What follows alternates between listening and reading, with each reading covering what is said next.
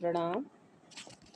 तो दादी कहते हैं कि कभी तो मन सकारात्मकता पर ध्यान करता है और कभी नकारात्मकता में लीन हो जाता है। नकारात्मक पक्ष देखें तो मन किसी कष्टदायक विचार, किसी दर्दनाक याददाश्त या किसी कठोर भावना की ओर झुक सकता है।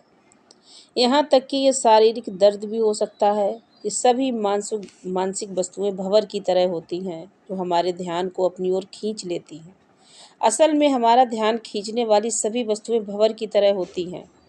इससे कोई फर्क नहीं पड़ता कि हम उनके बारे में सकारात्मक महसूस करते हैं या नकारात्मक।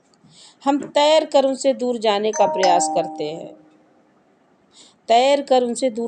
प्रयास करते हैं, लेकिन हमें तेज धाराओं के खिलाफ तैरना पड़ता है।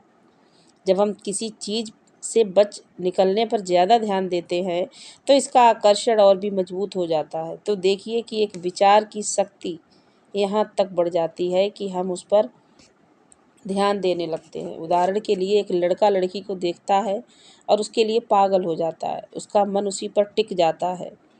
वह उसके बारे में सोचना बंद नहीं कर सकता और वह उसके बारे में सोचने से प्रसन्न भी है। लेकिन क्या होगा अगर वह पहले से ही विवाहित पुरुष हो? तब वह तब तो वह और मुसीबत में है। मैंने कहा, उस लड़की का विचार एक भंवर की तरह है। वह उसकी ओर खिंचता ही जाता है। उसे यह भी मालूम है कि यह ठीक नहीं है, इसीलिए अत्यंत प्रयासपूर्वक यह उसके आकर्षण के बहाव से संघर्ष करता है। उसका मन उसके विचार पर जम जाना चाहता है, लेकिन यह गलत चीज़ पर जम रहा है।